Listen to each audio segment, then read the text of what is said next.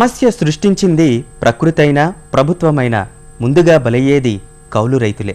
గత 5 ఏళ్ల వరుస ప్రకృతి వైపరీత్యాలు, వర్షాభావ పరిస్థితుల్లో సర్వం కోల్పోయింది వారే. పొట్ట చేతబట్టి వలసబాట పట్టిన బాధితుల్లో కౌలు రైతులే ఎక్కువ. సంక్షోభ సేద్యానికి దత్తపుత్రుడిగా నిలిచిన కౌలు రైతుకు సర్కారు దన్నుగా నిలవడం లేదని రాష్ట్ర కౌలు రైతుల సంఘం ఆరోపించింది. కోనసీమలో సమావేశమైన సంఘం కౌలు రైతుల సమస్యలపై చర్చించింది.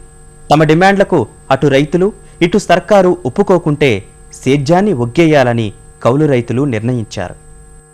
ప్రస్తుత వ్యవసాయ క్షేత్రంలో కౌలు రైతు కురుక్షేత్రంలో కర్ణుడిని తలపిస్తున్నాడు.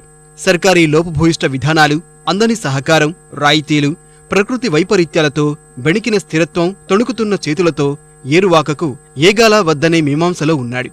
గత 4-5 ఖరీఫ్, రబీ సీజన్లు అకాల వర్షాల ధాటికి చేతికాడికొచ్చిన కూడు సర్వం గంగపాలైంది. ఈ పరిస్థితుల్లోనూ రైతుకు ఎకరాకు 30 బస్తాల ధాన్యం శిస్తుగా చెల్లించాల్సిన అగత్యం కౌలు రైతులది.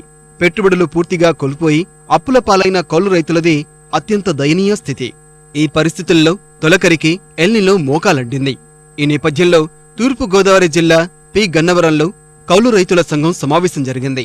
ఇందులో కౌలు రైతుల ఇబ్బందులు సహా తమ డిమాండ్లపై కూలంకషంగా చర్చించారు. ప్రధానంగా భూ యజమానులు తీసుకుంటున్న కౌలును తగ్గించాలని డిమాండ్ చేశారు. వ్యవసాయ, బంగారంపై తీసుకున్న పంట రుణాలు మాఫీని తమకు వర్తింపచేయాలని కౌలు రైతులు డిమాండ్ చేశారు.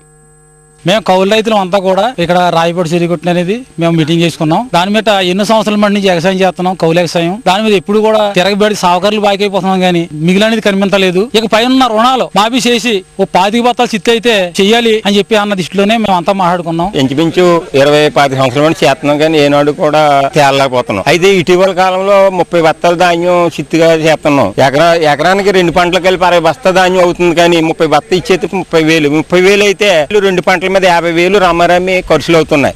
ఏమాత్రం కూడా కిట్టుబాటు అవ్వట్లేదు. రైతు పేరు అంటేనే కానీ ప్రభుత్వాలు రైతుకి ఈ విధంగా రాయితీలు ఏమి కనబడట్లేదు. కౌలు రైతు పత్రాలు అంటించారు, ఒక పావల అప్పు ఏ బ్యాంకు వారు ఇవ్వలేదు.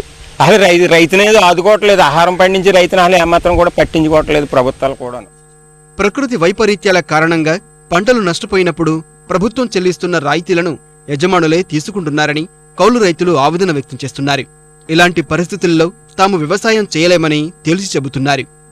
చాలా కాలం నుంచి అండి వ్యవసాయాలు చేస్తున్నాం. కౌలు రైతులు 20 బత్తాలు, 22 బత్తాలు, 25 బత్తాలు అలా 30-32 బత్తాలు కానీ పెంచారండి. మీ చేతన కానీ మాకేం కిట్టుబాటు అవ్వట్లేదు. కానీ ప్రభుత్వం కూడా మాకు ఏ నిధులు మాకు కౌలు రైతులకు ఏమీ ఇవ్వట్లేదండి. ప్రభుత్వం కూడా స్పందించి కౌలు రైతులకు ఏదో కదా ఆదుకోవాలండి. పిల్లలు పెద్దవాళ్ళంతా కష్టపడి పనిచేసినా కూడా మాకు పొట్టెళ్తలేదండి. ఈ మందుల రేట్లను పెట్టండి, ఇవాళ 30 బత్తాలు రేటు కండి రైతుకి ఏ విధంగా కిడతలేదు కాబట్టి 25 బత్తాలు చిత్తు అయితే ఏమన్నా కొంత కూలోళ్ళు కూలిపోయి ఏమన్నా మిగులుతుందన్న ఆశతోటండి మేము అనుకుంటున్నామండి. ఎరువుల రేట్లు కూడా కొంత బాగా ఎక్కువ అయిపోయాయి కాబట్టి ఆ రేట్లు కూడా తగ్గించాలండి.